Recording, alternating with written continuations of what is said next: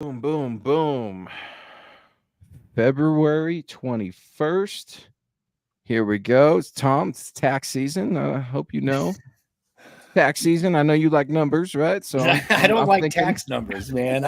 I hate paperwork. I hate getting paperwork together. I got to print all this stuff up because, it's not electronic. I got to send it all in. And it's like, oh, yeah, man. that's well, 'tis the season, right? We're good Yeah. with numbers until it comes to being an adult in our own life and fiscal Right. responsibility, right? And we're talking That's right. taxes. It's tax season. I'm Yeah. seeing my tax attorney on Friday, right? I'm trying to become an adult. I've been seeing this guy since I was 18, but look, we're talking numbers. Why are we talking numbers? Because they may matter, especially here in Denver when you're talking about disgruntled quarterback Russell Wilson and what his future looks like. The Broncos have some decisions to make, Tom, in the next few weeks. We're going to Yep. get into Russell Wilson, the Broncos, the breakup, potential reunion, or speculating purely on where some landing spots Russ could be. It's pretty interesting when you look at the Vegas odds. You hear some of the stories on social media. We're going to get into all of that and more. But before we go any further, what is up, Broncos country? He is Thomas Hall. I am Luke Patterson. This is MHI. You can catch us every Wednesday night at 6 p.m. Mountain, as well as Scott Kennedy on the ones and twos helping us out. And I'm pumped to be here, man. This is the highlight of my week. We get to rap Broncos. We get to yell and scream at each other. We get to make fun of each other a little bit, poke fun. Here we go, baby. It's MHI. Tom, how we doing? Doing well, man. I look forward to it every week too. It's fun. It's fun to be on here and talk with everybody. So yeah, things are going good, man. Yeah. In the midst of a move, right? Selling I'm the Broncos house. That's country. I don't have my This green screen I now, so know we're confused. That was the first thing that I said when I came into the show, so to speak. I'm talking, Tom, where are you at? Tom's getting ready to move, and that's an easy thing, right? So Tom's not tired. Tom's ready to go. He's firing yeah, on all yeah. cylinders, just like our guy David. First one in, man. Appreciate that, David. It means a lot to have folks tune in and listen to this Broncos coverage every Wednesday night, but especially when they tune in way before the show starts, like David always does. Good evening, everyone. I don't really care where Russell Wilson plays, as long as it's not with Denver, to tell you the truth. I would be glad to put the Russell Wilson era behind us. David, you're exactly right. I think we all have a little bit of Russell Wilson fatigue here in Denver, but that doesn't mean he's officially out. And Peter's coming in here. Who gives a damn where Russell Wilson lands? It's time to focus on the Super Bowl and not where players go. Peter, I can give you millions of reasons why we need to give a damn about the Russell Wilson situation. Now, I do like this comment because, Peter, I'm right there with you. I'm frustrated with the whole thing. I'm ready to move on. I want to almost pretend like the Russell Wilson thing never happened. Let's go draft a Drake May, a Jaden Daniels, JJ McCarthy, you name them, Tom. I can't do that. Why? Well, because there's a huge cap hit that is still attached to Russell Wilson's name in the Denver Broncos. So, we'll see where he goes. But I think, I mean, I don't know. It doesn't matter. It doesn't matter if he stays or goes. There's still a cap hit. 89 million, folks. Peter, 89 million, brother. That's why we got to care a little bit and monitor about this situation. I mean, do we try to trade this player? Do you cut him? Do you eat the cap? I mean, I get it. It gets overwhelming, right? And the numbers haven't changed, folks. We've been talking these numbers since he got the contract, since good old George Payton slapped together that contract for him back in training camp a couple of seasons ago. Look, the transaction's ultimately going to result in that $89 million cap hit. 2024's fully guaranteed comp is $39 million. Now, the Broncos can either take that entire hit in 2024 or they can designate Wilson as a post-June 1st release, limiting that cap charge to 35.4 mil in 2024 and 53.6 mil in 2025. Tom, my good friend Charlie Campbell from Walter Football weighed in yesterday on one of my social media rants about Mike Tomlin and the Pittsburgh Steelers possibly being interested in Russell Wilson. And for me, I think it's interesting that the Steelers are the favorite right now. I don't love the move for Pittsburgh, but I love it for Denver. Would you say Russell Wilson lands on his next football team via a trade or as a free agent? I think it's going to be a free agent. Teams aren't going to trade for Russell Wilson. They're going to trade for that contract unless there's some way the Broncos can make it more lucrative. So, and on top of it, he can pick where he wants to go. And, if they wait, and teams know the Broncos are going to release him, they know they're not going to mend this. So they'll just wait, see if they can get a good deal, and bring him on for a lot less than the Broncos are paying him. So you think that Russell Wilson, I mean, would you surmise Russ, based on that logic, gets cut before the NFL draft? Because a lot of folks out there, Tom, are also speculating maybe it's a draft day trade. And that's where I say pump the brakes just a minute. Let's not rule out any possibility. Crazier things have happened in this world, on this planet. But that cap money and dates, I mean, 5 days after the season officially starts, up until what, March 12th, March 11th. I mean, it's right around the corner. March 13th Right. is the day of the new league year, Tom. So I don't foresee this being a draft day trade with Russell Wilson. We're going to know something sooner rather than later. Yeah, and really the only way that they can trade him is if they renegotiate his contract somehow to make it okay for a team to come take that on.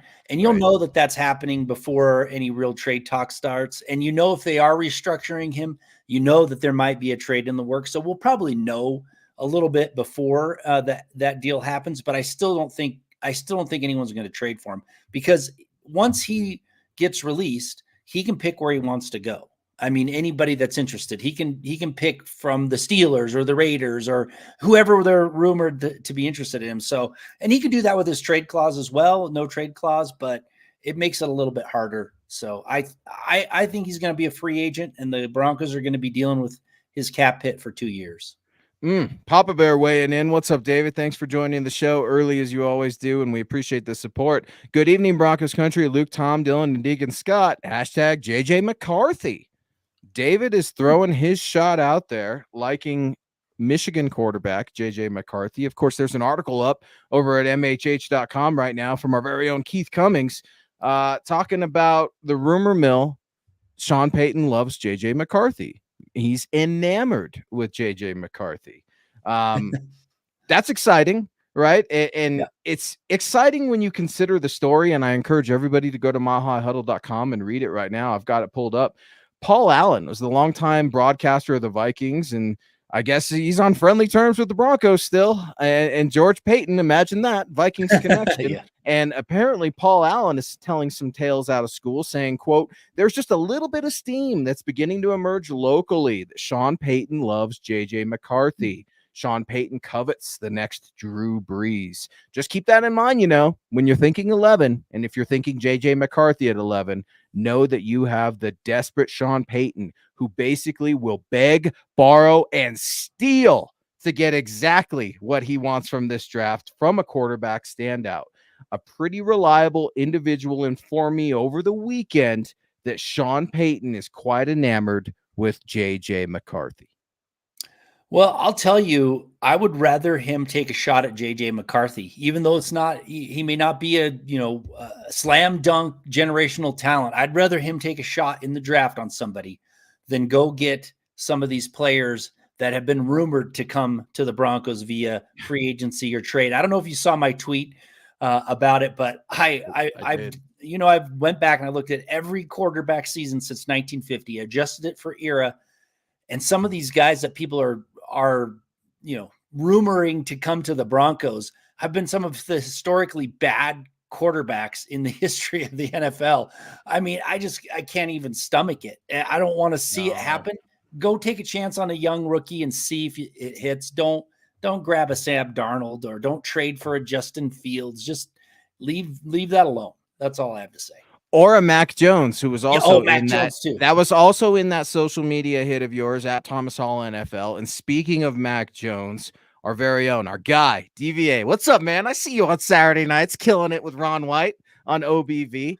Go read Dylan's latest article connecting Mac Jones to the Denver Broncos. That's something that isn't a first. Mac Jones' name has been linked to the Broncos since I saw him at the Senior Bowl. I mean, you're talking quarterbacks. You're trying to figure something out. Any and every quarterback is certainly an option. Dylan Von Arx tells you about a bombshell report suggesting that Mac Jones could have interest from the Denver Broncos. Go read about that now over at milehighhuddle.com. Appreciate Go read about it. Go read about it, but I hope the Broncos don't do it. I'm sorry. I just hope they don't do it. Well, listen, man, I don't think, although, you know what I was going to say, Tom, and I was completely wrong. I was going to say Sean Payton doesn't want Bill Belichick leftovers. And then I thought, what? The Saints and the Patriots have dealt players back and forth for years, right? So that wouldn't make sense necessarily. So I got to put a hole in that. DTR coming in here with a $10 super. Thank you so much for supporting the show. Thank you. Weighing in. Good question. Do we have a potential franchise tag player in mind? Or have the Broncos already designated it? No, I have not heard that they've done it, and I don't think they will. I mean, there's a few candidates for it. Lloyd Cushenberry, we talked about recently. That doesn't make sense financially. It's way too much money for a center to tag, to use the franchise tag on. The one that does kind of make sense if they don't want to lose him and it's not too expensive is kicker Will Lutz. That's a small cap hit. I mean, a small hit for a kicker. It's like what is let me look here.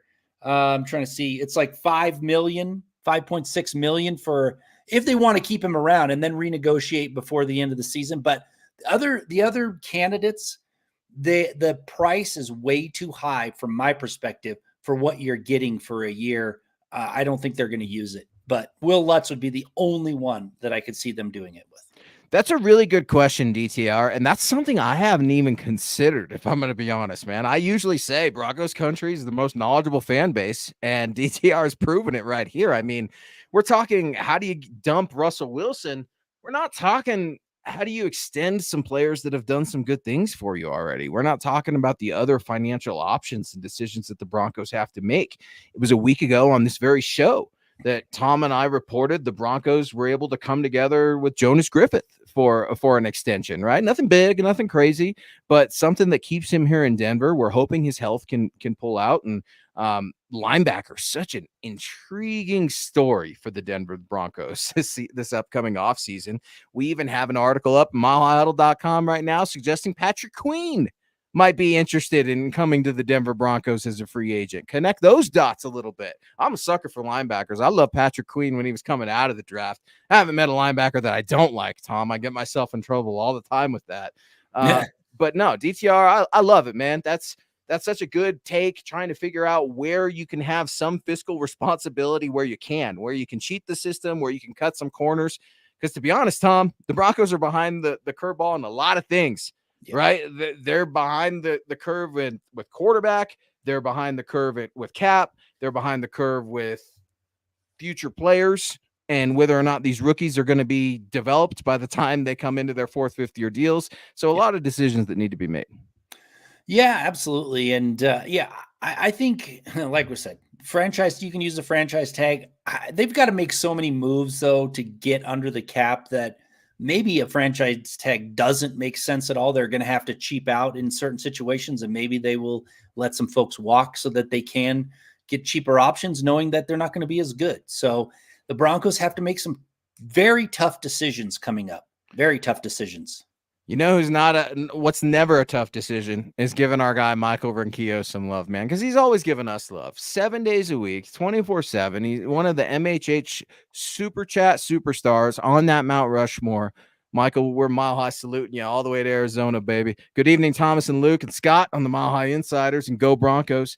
Michael, hopefully you're doing well, man. One thing I want to give Michael a quick shout out to, because I see you on social media. I follow Michael, and I give everybody that encouragement. Give Michael a follow on Twitter. Michael's so positive, Tom, all the time. I don't think that there's ever been like a negative thing from Michael, and I absolutely love it because as well as I do, social media is the cesspool of our existence, right? And there's negativity and BS and crap, and Lord knows I contribute to it.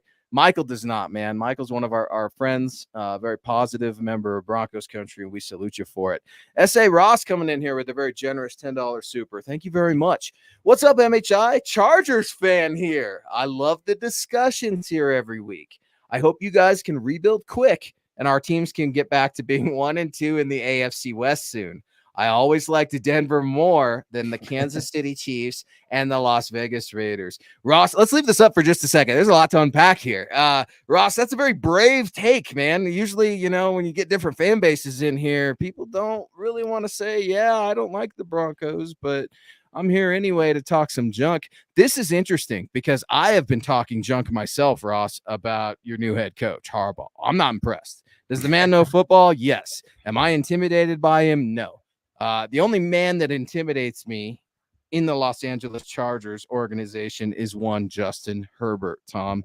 And I like where Ross is going here, because if the Broncos and the Bolts can somehow get to 1-2, that means the Chiefs have just bottomed out on every single level. The Raiders are going to Raider. I do like Antonio Pierce there, but man, when was the last time, I guess, the Chargers and the Broncos sat on top of the division? Would that have been during the 2015 Super Bowl run, the Peyton Manning, we're going to win the AFC West 10 years in a row kind of deal? I mean, it seems like a while ago, right?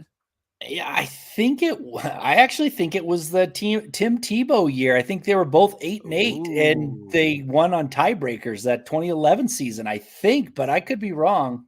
Ross, Philip, I still have nightmares about Antonio Gates and what he's done to the Denver Broncos, and Philip Rivers, man. I give you this. Philip Rivers was one of my favorite players to hate as a kid. And to just go, you know what I mean? He played the villain so well. And the fact that he's a character, the fact that he's fathering a million kids, the fact that he doesn't curse, I'm here for all of it now. Looking back, I'm like, man, that was a really good villain. And I look back on that time, Ross, and I'm thinking, Jay Cutler's the man. He's so much better than Philip Rivers, and Philip's such a punk. Look how that turned out, right? Jay Cutler turned out to be the biggest punk of all. I mean, Brandon Marshall's still fighting with Jay Cutler. I think I saw something like that on social media. So it's absolutely crazy.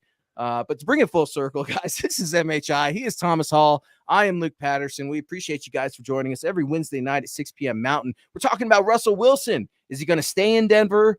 Where's he going to land? Pittsburgh Steelers, Atlanta Falcons. There's a report out there on milehighhuddle.com. The New York Jets could be a fit. That's right, the New York Jets and Aaron Rodgers could welcome Russell Wilson. Go read about that over at milehighhuddle.com. And look at, speaking of the GOATs, man, Phil, another one of those guys, man, always grinding, always showing us love, always giving us support. Hopefully you and yours are doing well, Phil. Good evening, Thomas, Luke, and Deacon Scott. I'm on vacation, but I wanted to share some love. Wow. Have a great show. Hashtag Buckham, MHH for life, and go Broncos. You gave me goosebumps, Phil. You're on vacation, man. You're supporting the show. You're giving us love. Let us know where you're at, man. Hope you have a good vacation, first and foremost. It's always fun to escape the winter months, right, Tom? Try to get some warmth in, especially in February, right before the hustle and bustles of spring break. Yeah, for sure. I need a vacation myself, man. I want to go someplace tropical and get away. So I hope you're having fun, Phil. I hope you're someplace warm and enjoying life on a beach or something, if that's what you enjoy. So. Heck yeah. Cold pop in your hand, some good food in your belly, and hopefully some good company by your side.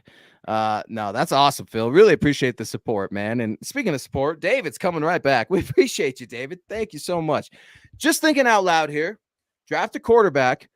Would you want an unproven center, or would you want to keep Cush as the proven center? Fantastic question, David.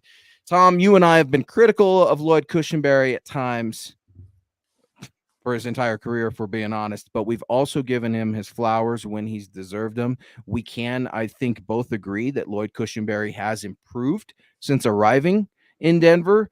Man, what do you make of this? Do you have to keep Cush if you're drafting a rookie quarterback? A fantastic question from David. I would love to, but you're not going to. Well, if you're not going to be able to do it with a franchise tag, you're not going to put $22 million on a center. I don't think on two guys right there. Yeah, you know, all your money's locked up in Russ and Cush.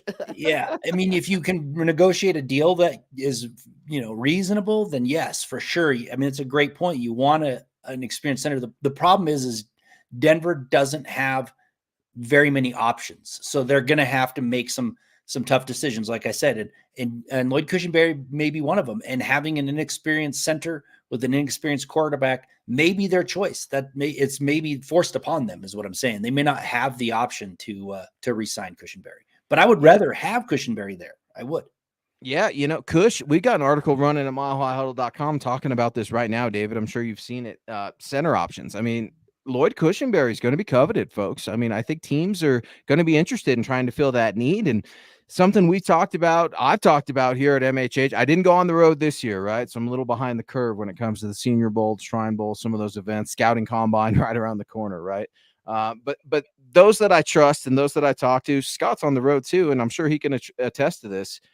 interior offensive line isn't getting better as the years have gone on, Tom. Your analytics, you've run a piece on that within this last year, 6 months, within the last 3 or 4 months over at milehighhuddle.com, talking about how hard it is to hit on these offensive linemen, specifically interior. And when you look at center and you look at some of the options, remember when Quinn Miners was drafted here and we all thought he would automatically be the center?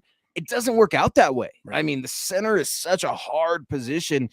We've got so much going on here in Broncos country, dealing with a fiery quarterback, testy head coach, all this stuff. Somehow the starting center is getting lost in the shuffle. And I appreciate that David's bringing it back, saying, look, this is a concern too. Quarterback's nice, but who's going to be getting him the ball? Yeah, and it was 1 year of Cushenberry, right? Cushenberry struggled until last year, and then he played really well. So, do you want to take a chance on that? Him not regressing? You think he's going to that's a lot of money to be thrown out for a center you're not absolutely sure you're going to keep around forever. So, I think, they're probably going to have to trust their draft prowess and their evaluation of Alex Forsyth.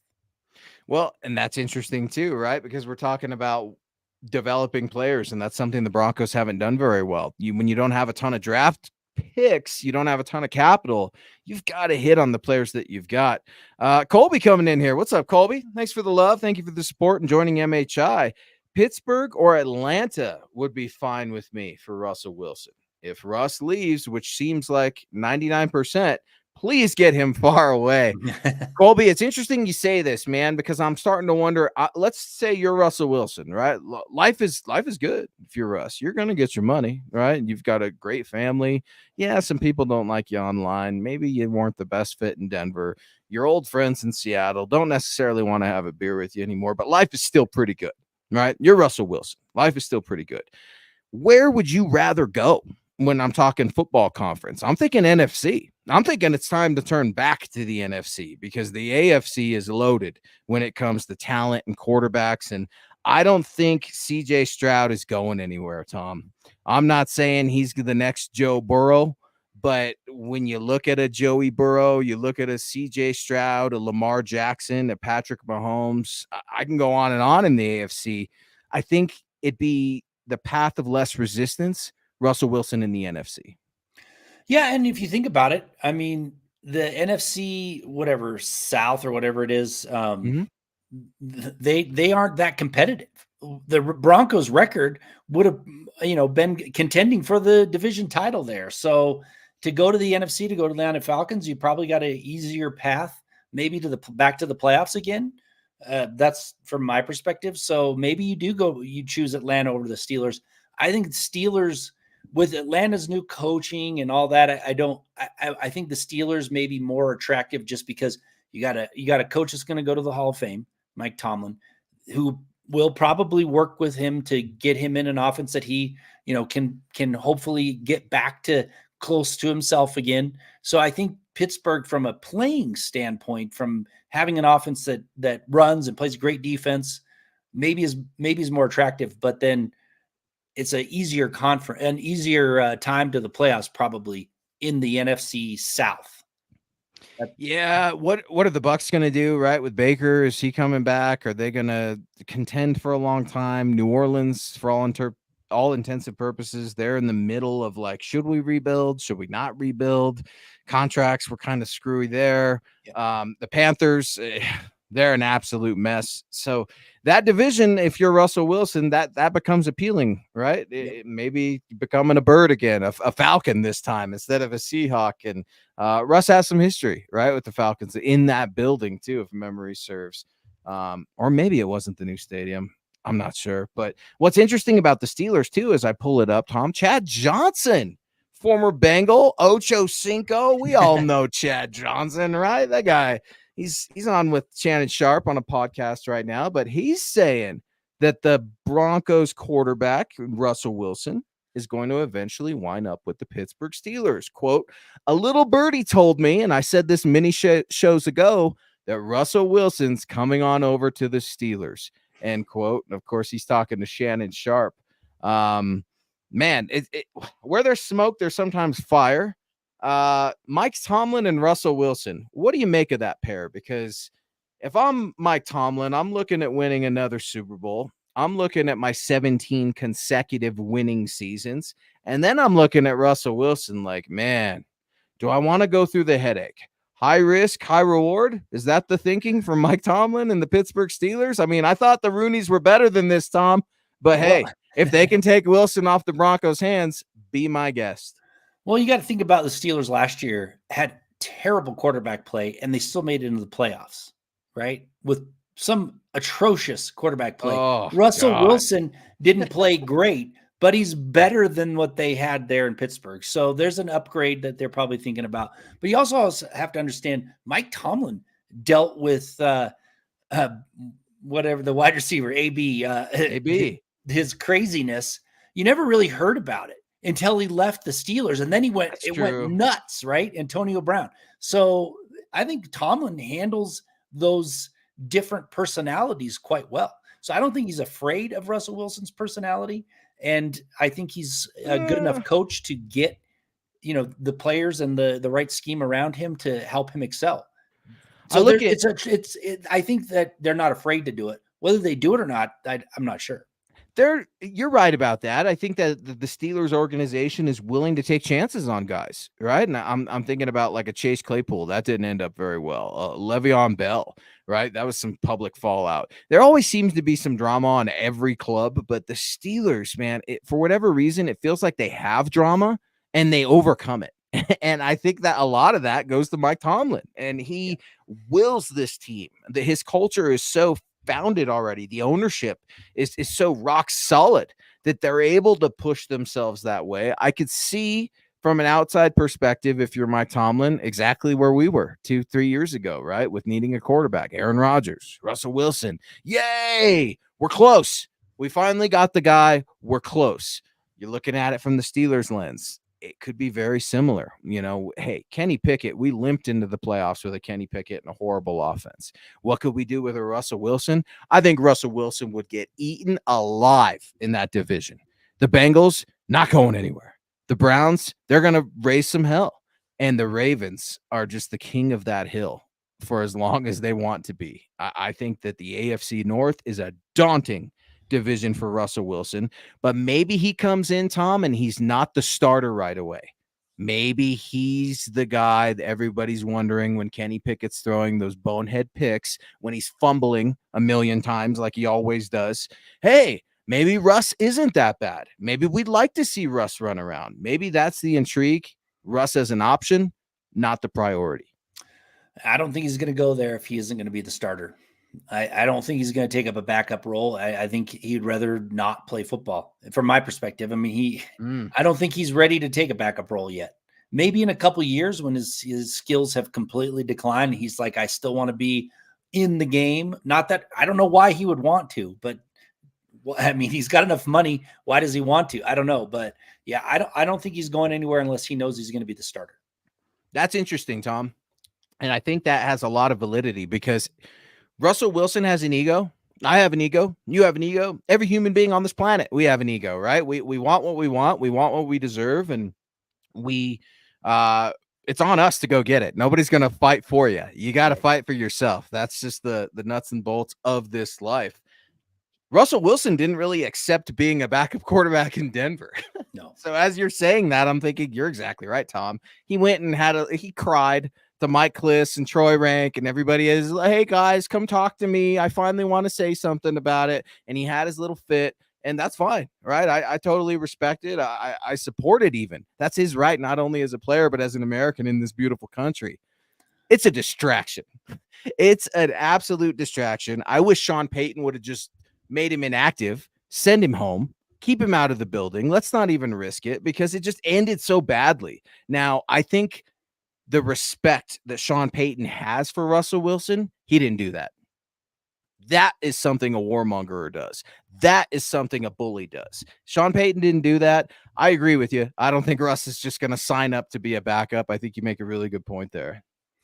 Yeah, I mean, why would he want to continue in the NFL if he's not going to get a chance to lead a team back to the promised land, right? I mean, he still thinks he can play. He still thinks he can go out there and lead the team. And if he gets in the right situation, he thinks he can, get them over over the hump and maybe contend for a championship. Whether he can or not, that's a different story, but I believe he thinks he can. But if he feels I'm only good enough to be a backup, why would he want to do that? I just don't see it. He has plenty of money. Go do something else. Go do something that you can find passion in. Being a backup quarterback in the NFL is probably not going to excite his passion for the game any longer. Let's go that route. Let's say that Russ, like Tim Hasselbeck's suggesting over at milehighhuddle.com. Yes, Tim Hasselbeck, right? AFL champion in the year 2000. He's suggesting, okay, maybe Russ doesn't play. Maybe this is it. Maybe teams don't want Russ. Maybe they do, but they want him in a backup role. He says no to football. What's next for Russell Wilson, Tom? Because forgive me if I don't necessarily see him going to the booth to call games with Tom Brady this next season, right? Like, he's not the most likable guy in the NFL, and he's a quarterback. He's young, he's handsome, he's got a great family, he's got a celebrity wife, he's 35 years old, right? He's got money, he's athletic, he's got a Super Bowl ring, he's got records in the NFL. I mean, this guy that has accomplished so much, people don't like him. So do you think he'd be calling games? Do you think he'd be preaching? I've always said I think he could have a career in politics. What does Russell Wilson do if he's not in the NFL? Yeah, I have no idea. I mean, that's a great question. But yeah, he has like a clothing line and stuff. Maybe he's going to try and get his brand going. I don't know. It's an interesting question. I have no insight into what he would be doing next. But coaching? I do think coaching? Right. How about that? Yeah, coaching? maybe. Yeah, it's possible. But I do think you're right, though. I don't see him going into the booth. But maybe he would. I don't know. That's a great question. I don't know what he's going to do. He wants to play next year, though. He wants to go be a starter somewhere in the NFL. I don't think he's considering anything else at this point. I would be shocked, Zach, if Russell Wilson wasn't playing football next year. I think Tom would be too. So what's the over-under for games started by Russ next year? 10? Man, that seems like a lot of starts to me, Zach. Maybe I'm wrong. I have no idea. I'm totally speculating.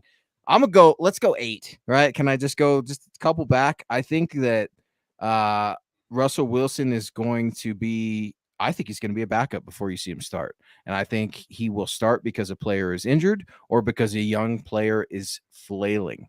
That's what I think is going to happen. I think the Raiders are also an option that continues to hang around out there on social media and in the NFL rumor mill. It would be very odd to see the Broncos trade a player, let alone a starting quarterback, to a division rival. That doesn't happen all the time, but it has happened before, right? These trades with coaches, quarterbacks, it happens. So I'm not going to rule it out. If you're Russell Wilson and going to the Raiders, maybe that appeals to you. You're going to a defensive coach in Antonio Pierce. You're going to a city in Las Vegas in which maybe you can be the star. Your wife is a bigger star in that city, I assure you. But maybe the Las Vegas Raiders are a potential fit for Mr. Unlimited. Yeah, I think he's starting the whole season. I think if whoever's going to pick him up, they want him to start the whole season. It's going to be in some place like Pittsburgh, some QB needing team, and he's going to start the whole season unless he gets hurt. I mean, he could get injured, obviously, and miss out, but he's not going to be back up. He's going to go somewhere where they're going to assure him he's going to be the starter, and he's going to start the whole season. Kirk Cousins of the Denver Broncos, Tom. It could have happened years ago, along with Mike Shanahan coming back to the Denver Broncos. What do you say to Kirk Cousins and the Denver Broncos this time around with Sean Payton? Kirk Cousins is an option. People are floating out there as maybe a bridge quarterback. Hell, people are floating him out there as maybe he's the answer. I've never liked Kirk Cousins. I think he's a nice enough guy. I think his playing style isn't something I can foresee a team winning championships with. Does Kirk Cousins from the Minnesota Vikings and that bag of cash that he has locked down throughout his NFL career, does that appeal to you at all? Not really. I like Kirk. He's a good passer. Don't get me wrong. He was having a great season, but towards Achilles, I believe he's going to have to come back from that. He's getting older. He's going to command a lot of money, most likely. I just don't see it happening in Denver. Again, I'm looking forward to the Broncos going into the draft and trying to find their quarterback, not trying to rehash somebody from another team. And the thing about Kirk Cousins, great regular season quarterback, statistically speaking, but he's never been able to get it done when it counted. And I mean, to me, it's not appealing. It's just not appealing to me. Although that doesn't mean he's not a good quarterback. I think He's still a good quarterback, but just he's not somebody you'd pay top dollar for to come in and turn around the Broncos franchise. You know what you have in Kirk Cousins, man, Yep. and it's the known, just like you had suggested with a lot of these. I'm just going to call them, can I call them slappy quarterbacks, right? They're better quarterbacks than I was never a quarterback, obviously, right? But they can throw the ball better. They know the game better. But I'm just going to call him a slappy quarterback, right? Because that's what one of my guys used to call Trevor Siemian, who is a slappy quarterback, still bouncing around in the NFL. What up, Cooper? Hopefully you're doing well, man. Hi, Michaela. Thank you guys so much for joining the show. Justin Fields, Tom, this is an interesting story. I didn't want Justin then. I damn sure don't want him now. But the Chicago Bears are entertaining trade conversations for quarterback Justin Fields, trying to figure out, if you're Chicago, what's your best move? Do you want to start all over with a new quarterback? Or do you want to roll into it with Justin Fields and fully commit to that pick years ago? Justin Fields as a quarterback prospect to the Denver Broncos. What say you? Again, Tom, this is a theme here, right? I'm bringing up, got Kirk Cousins, brought him up.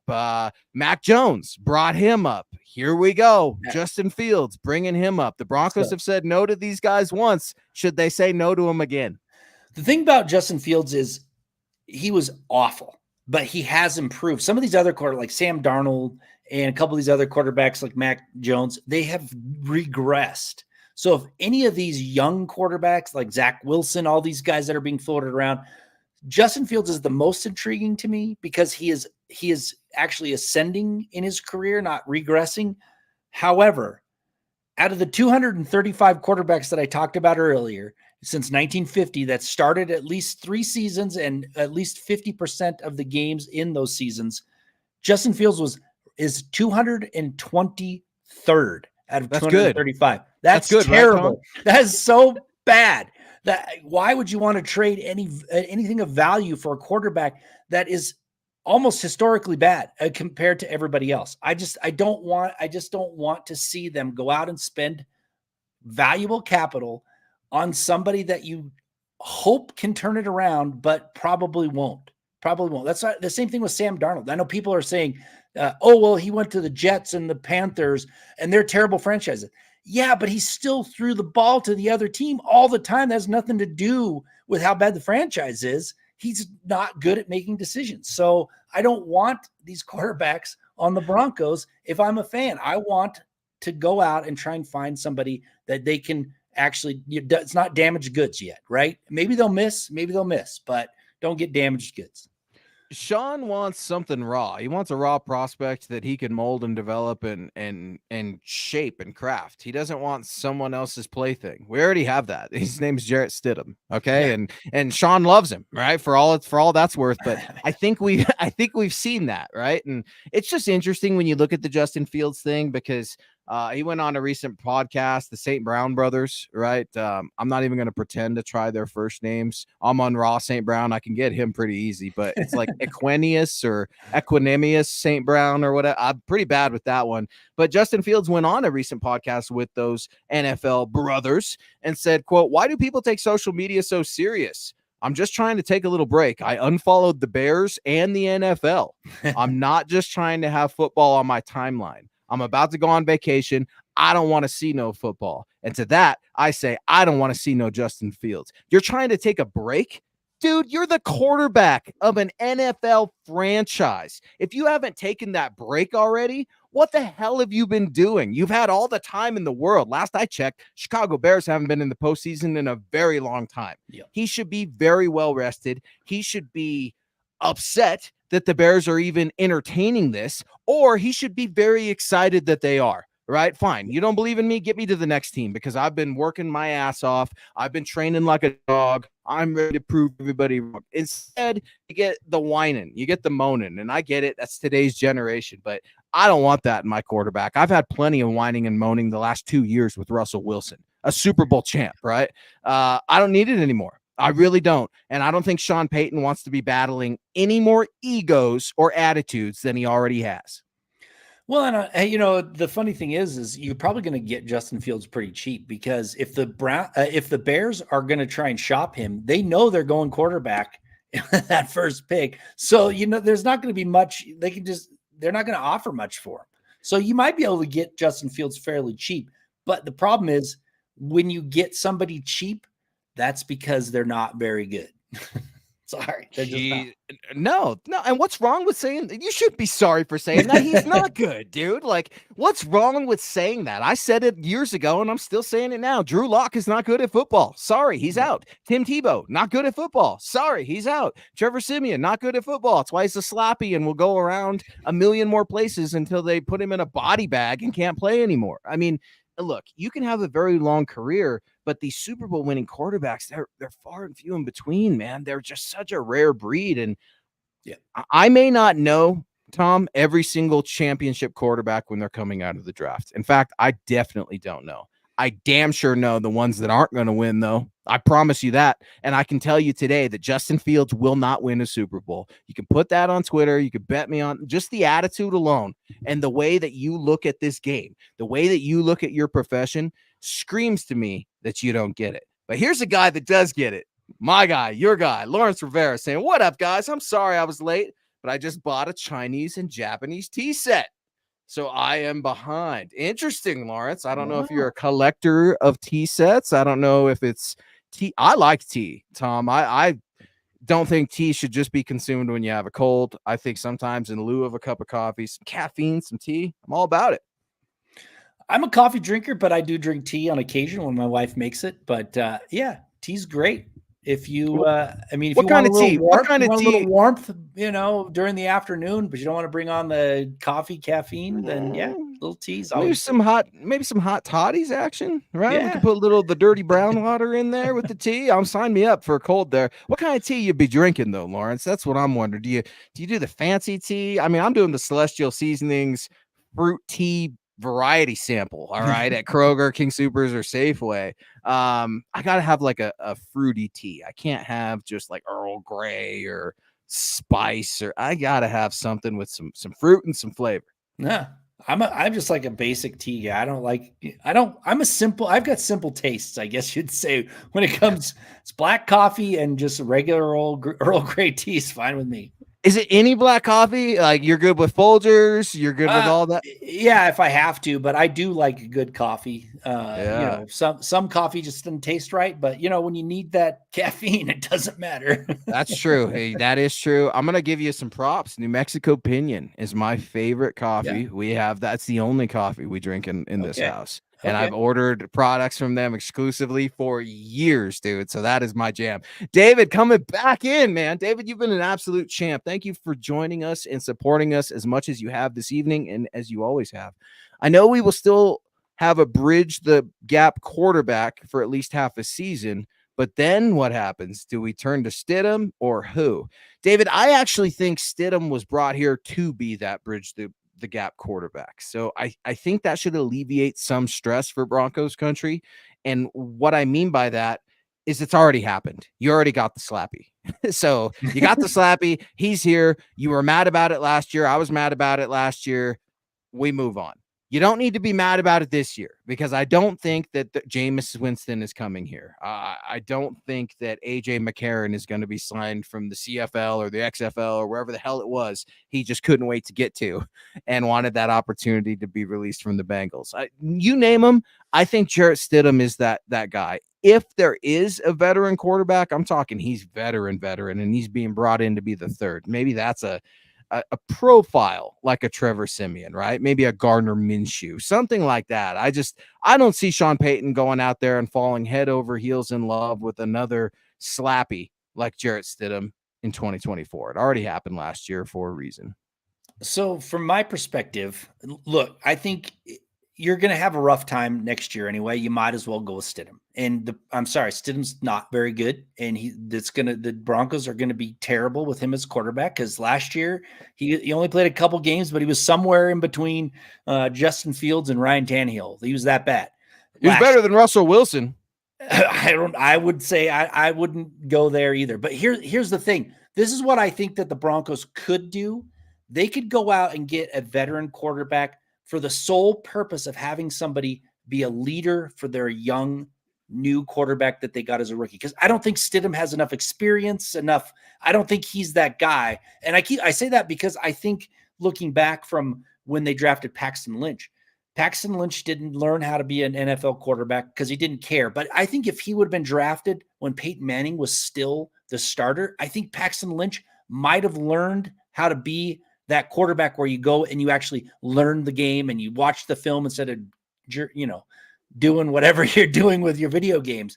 I'm not sure if he could have. I don't know if he had it upstairs, but you got to set them up to really succeed. So maybe they go get your Slappy, but he's been around a long time, good leader who can help that rookie kind of develop. That's what I see. Otherwise, stick with Stidham, let the rookie try and beat him out and see what happens. Yeah, the reason I say no to the let's bring in a veteran and let him kind of mama cat the rookie along, that's Sean Payton's job. Sean Payton wants to, I mean, his whole thing is to be the quarterback guy, right? To be the QB whisperer. And I know better than everybody else because I'm Sean Payton. Well, let's just see. I look at Drew Brees, right? And when he arrived in New Orleans, and I don't even know, Tom, was Aaron Brooks the starter at the time when Drew Brees landed? I think he replaced Aaron Brooks. I think you're right. Yeah. Okay. So I think that was the year before. Yeah, Aaron Brooks, right? Haven't heard that name in a while. I think he's like a cousin of Michael Vick and Marcus Vick too. And that's a quarterback I remember watching, man, when the Broncos would play the Saints. I remember Champ Bailey picking that man off all the time when those two teams would play. But yeah, I look at Drew Brees' arrival, right? And he never really needed another guy because you knew what you had in Drew. But I look at the relationship with Sean and Drew, and that's what Sean wants, right? He wants another one of those relationships where he knows it's no BS. We can trust each other. Come hell or high water, it's me and you. And even when the Taysom Hill thing came around, I think Drew realized that for what it was. He recognized it for what it was. And it wasn't something that needed to make Drew Brees insecure, right? Future Hall of Famer, Super Bowl champ. It wasn't something to frustrate him, and it wasn't something to replace him. It was something to help the team, and it ultimately helped him. And I think Sean Payton and Drew Brees forging that trust, forging that relationship, that's what he wants. I don't know if it's Bo Nix. I don't know if it's Jaden Daniels. I don't know if it's JJ McCarthy at 12. I know it's not Michael Penix, right? I know it's not that guy. I don't want that guy. I don't think Sean would want that guy either.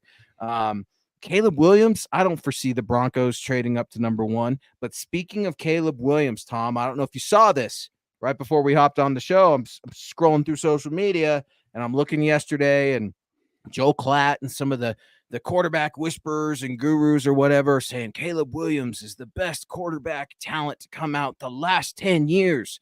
Thinking, wow, I don't agree with that. Wrong, but okay, what do I know?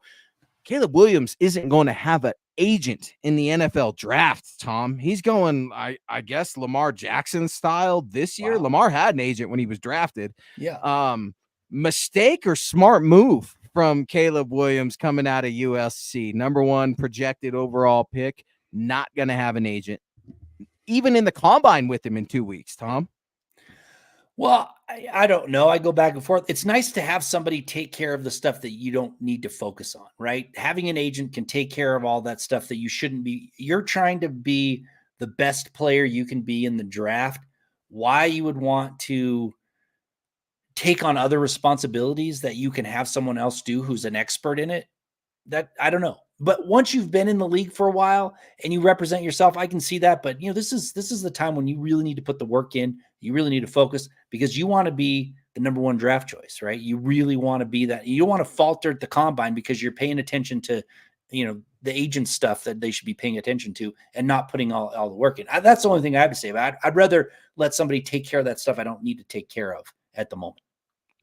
Is it his choice? Yes. Do I respect him for going against the grain? I guess if you just want to stand in that position of, well, I'm anti-authority and I'm anti-establishment, so anything against that, I'm for. I think that's very irresponsible. I think it's ignorant if I'm being quite honest, but no, this is a mistake, man.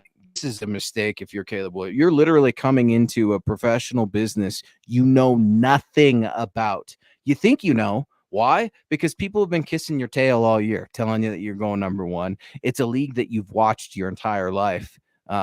number one sport, right, in this country, on the planet. It's just something you can't miss is the NFL. And you decide you want to start your career without representation. I mean, Tom, we just talked about how you and I go see tax guys to start the show because we're not tax experts. Can we do our own taxes? Can we get through it? I'm sure. I'm sure if push came to shove, we could probably figure something out. But I would rather pay a gentleman, a business, an institution to take care of something for me so that I don't have to. Why? Convenience. And I am not an expert in taxes, period. I pay for that advice. I pay for that service. To not want to pay to have an agent representing you at the combine in less than 2 weeks, it's ignorant. It's irresponsible. Well, on top of it, we don't think about if we were both trying to get promoted in our career or trying to do something big, and we got to deal with taxes, right? It takes time away from putting your effort into what you really need to be put your effort into. That's the whole thing. Like, don't distract yourself. When you're established in the NFL and you're getting onto your second contract or whatever, that's the time to do it, because you've already established yourself. You're already there, right? I don't understand it, but he can do whatever he wants. Just if he ends up slipping in the draft, people are going to be like, "Oh, you were paying attention to the wrong things, huh?"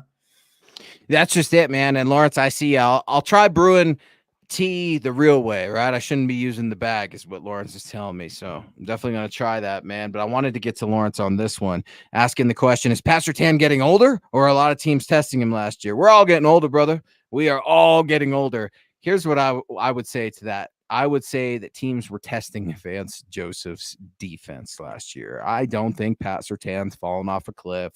Cornerbacks get beat, period. Name me a corner that hasn't gotten beat, or any football player, really. I think it's one of the toughest positions to play, running backwards and trying to fight the referees, the league, and the quarterback preference. PS2, I love him. You love him. Who the hell doesn't? He's certainly a piece of capital that the Broncos have to consider if they're going to move up for a Drake May, if they're going to move up for a Jaden Daniels. Maybe JJ McCarthy falls to you at 12, but why is everybody just assuming that's the case? I mean, JJ McCarthy, he could be taken early, right? It's a quarterback-starved league. Teams reach every single year, Tom. I would hate to see the Broncos just stand pat and hope that it works out for him. Yeah. That's not a strategy for Sean Payton. Sean Payton, he's not patient. And I love that he's not patient. Maybe that's why I like him. I'm not patient either.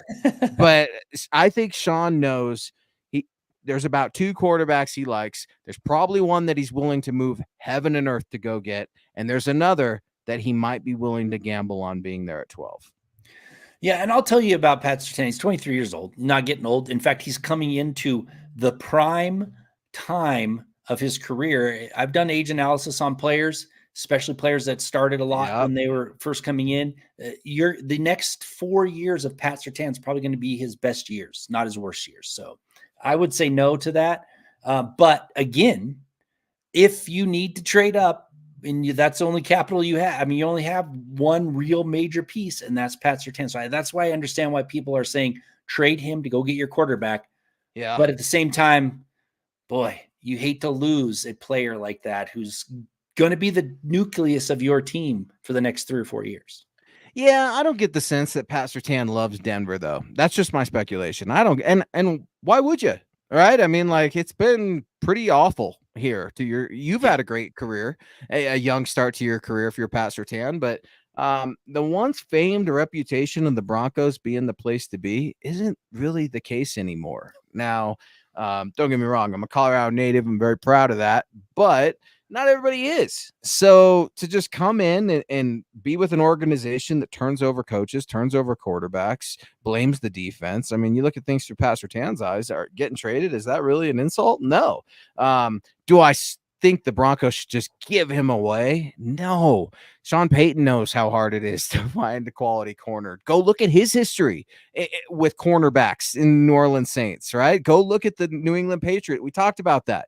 The Patriots and the Saints have traded players in the defensive backfield for years. Sean Payton knows how hard it is to find one.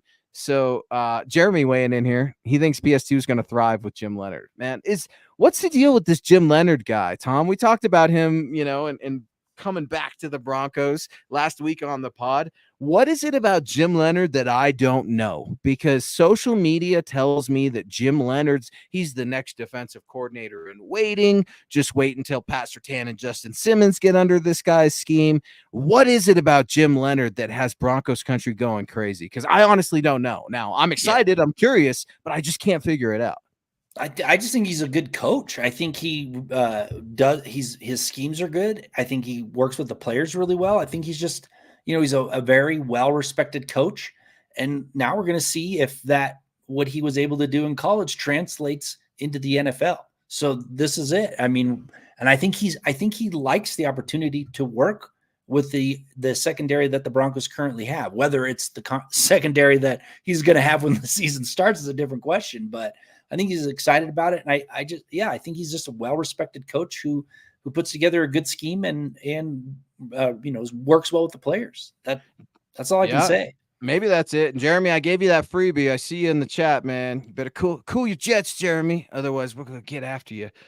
This is MHI. He is Scott Kennedy, Thomas Hall, LP here every Wednesday night at 6 p.m. Mountain. We rock and we roll. Russell Wilson landing spots. We talked Falcons. We talked Steelers, the Raiders just a smidge. The Jets was an interesting option. There's an article up at milehighhuddle.com.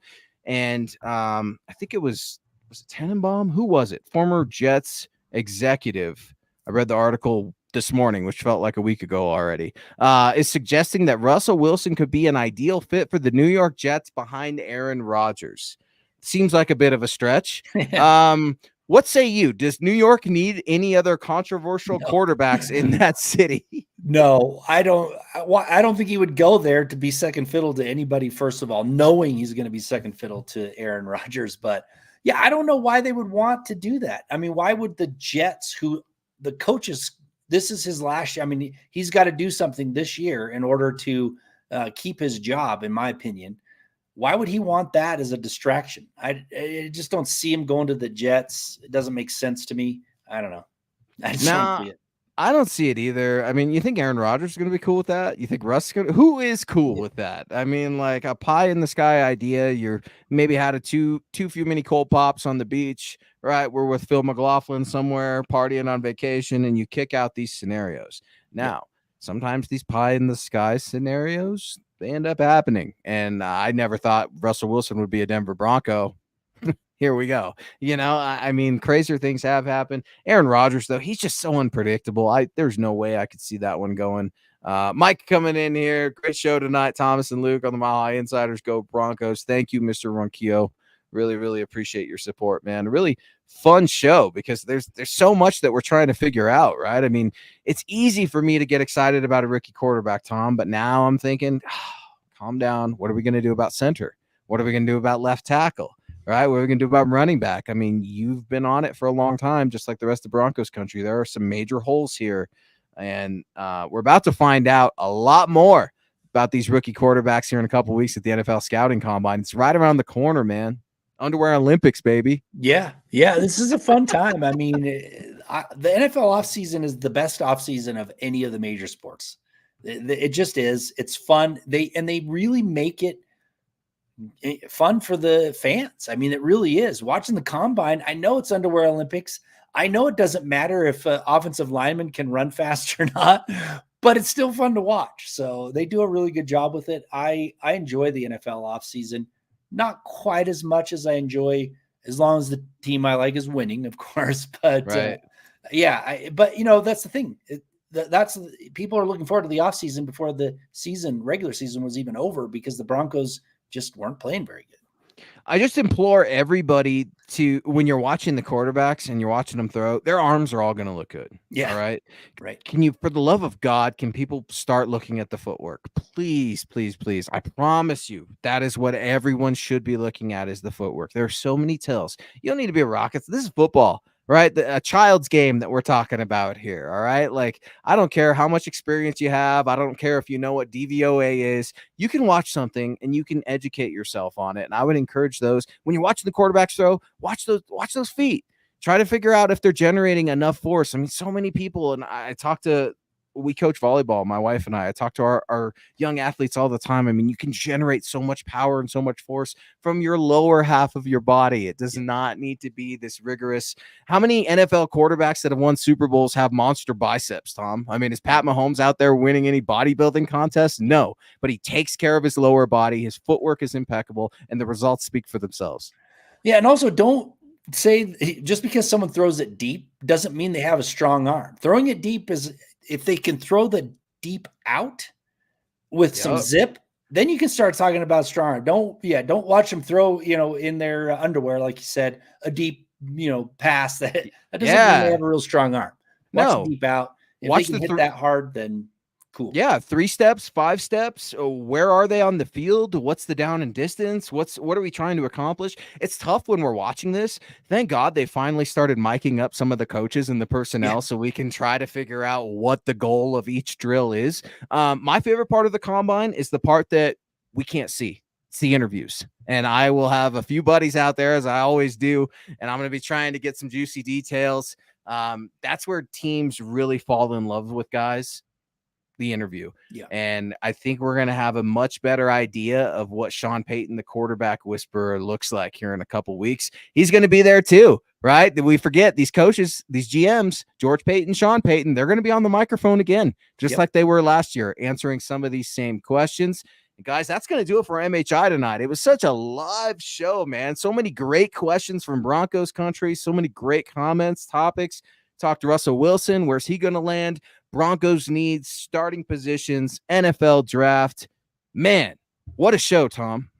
Yeah, it was fun. Thank you. I appreciate being on here. I appreciate you all in the chat. It was great. And I look forward to talking the NFL draft coming up. I mean, it's going to be fun. It is right around the corner, guys. And if you want to talk football, you want to rap live, anything, get at us on social media on X. Tom is at Thomas Hall NFL. Yours truly at Luke Patterson LP. You can reach out to Scott as well at Scout Kennedy. Broncos for Breakfast will be back. The Mile High Huddle podcast will be back. Don't forget our guys OBV on Saturday night with DVA and Ron White. Those guys are doing a bang up job, man. Give all our podcasts some love. Friday night, the Dove Valley Deep Divers are coming in hot, and we rock and roll. And before we get out of here, KB with the final horn. And KB, I see you back in Colorado, baby. It's time to have a cold pop. Come see me. I know you're in Lafayette. That ain't that far. What are your thoughts on drafting Riley Moss's old teammate, Cooper DeJean? Could we trade back 5 picks and still get him or Arnold? Yeah, anything is possible. George Payton has certainly liked Iowa guys, right? And you start to look at that connection, and I know that could be something real quick, right? Like Iowa and the Broncos, and I know I sound like Nick Kendall. There's a connection there, and these things happen. And when you have connections between scouts and universities, and you keep an eye on up-and-coming players like you're doing right now, KB, I'm almost positive that these things are happening. George Payton says it over and over again. Cornerback is a premium in the NFL. You are not wrong for looking for some of the next defensive backs. Yeah, and I guess it depends on whether or not they're using Pat Surtain's trade bait. I think you could go cornerback in the first round, but I think they would lean to some other positions that they really need to target outside of quarterback. So, but yeah, I mean, if that player falls in their lap and they want to take them, I'm sure it can happen. But I think if they don't go quarterback, I think they're probably need a offensive tackle in the draft. I think that's where they'll be focusing if they're not focusing on quarterback. If they don't go quarterback, we riot. He is Thomas Hall. Don't forget Scott Kennedy. I'm Luke Patterson. In Broncos country, drafting a quarterback, it's the only way. It's the only way.